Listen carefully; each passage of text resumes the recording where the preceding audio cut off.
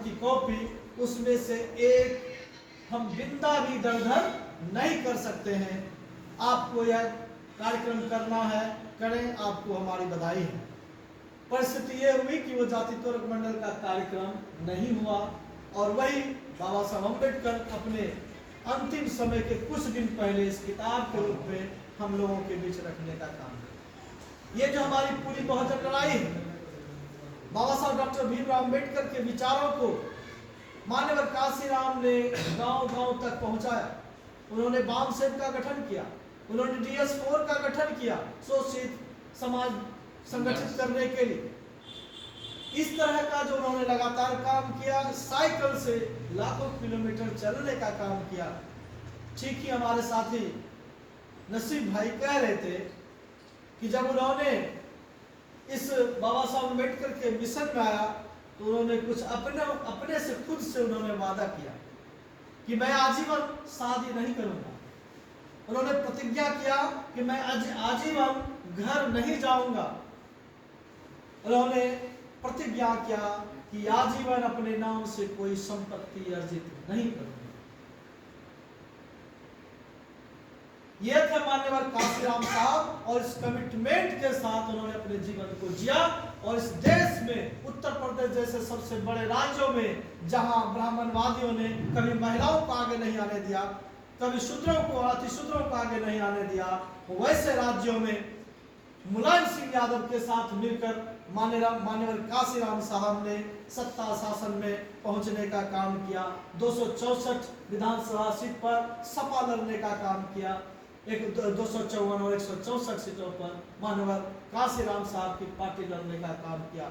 और उस समय एक नारा आया था, मिले मुलायम काशीराम हवा में उड़ गए जय श्री राम। और इस नारे के साथ जो पूरा मंडल के खिलाफ में कमंडल की राजनीति चली थी, जिस अयोध्या से राम मंदिर का रथ लेकर चला था, जिस रथ को बिहार के मान्यवर लालू प्रसाद यादव ने समस्तीपुर में रोकने का काम किया, उसी रथ को वहां पर रौंदने का काम काशीराम और मुलायम ने किया। आज फिर से हमारे बीच में जो टूटन आया, हमारे अंदर जो विभाजन हुआ, हमारे अंदर आपसी जो वैमनस्यता बढ़ी, जिसके कारण कभी रामविलास जी चले गए, कभी नीतीश जी चले गए, कभी काशीराम साहब भी उनके साथ मिलकर के सरकार बनाने का काम किया।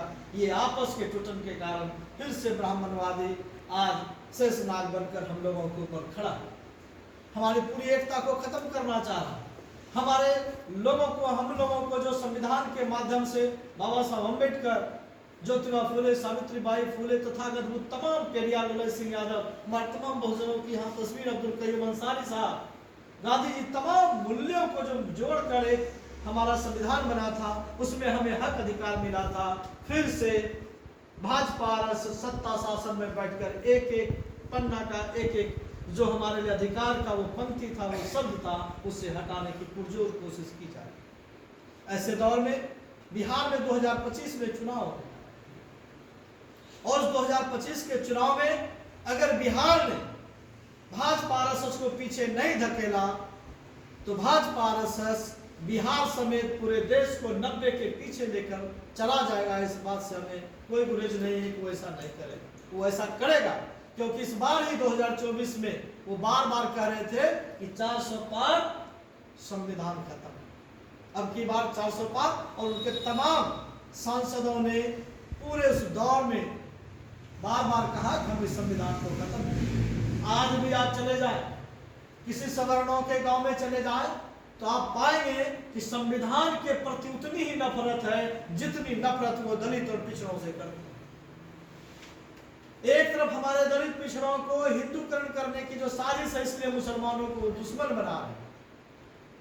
लेकिन आप देखेंगे भाजपा के बड़े बड़े नेता हैं जिनकी शादियां उन्हीं के घर में हुई है जिनसे बराबर वो नफरत करते। तो नफरत उनका फरेब है, फर्जी है।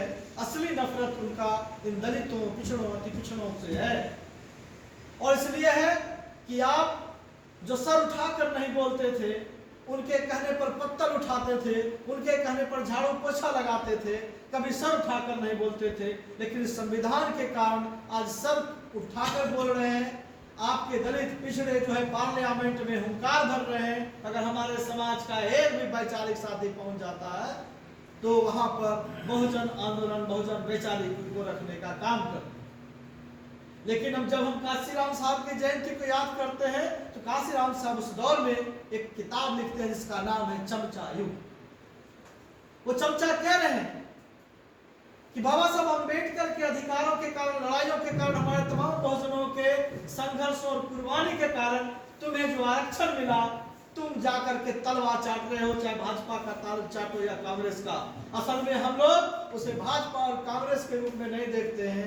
हम लोगों की दृष्टि सामाजिक न्याय की जो साफ साफ दृष्टि है कि वो लड़ाई जो हमारे बाबा जगदेव प्रसाद ने कहा था कि 90 बनाम 10 की लड़ाई है, तो हमारे ही कुछ लोग उस 10 लोगों का जाकर के तलवार चाटने का काम करते हैं। ऐसे लोगों को हमें आगाह करना है और ऐसे लोगों को समाज में चिन्हित भी करना है। और अपने समाज में जो लोग नए नौजवान आ रहे हैं, आप नए नौजवानों को देख रहे हैं,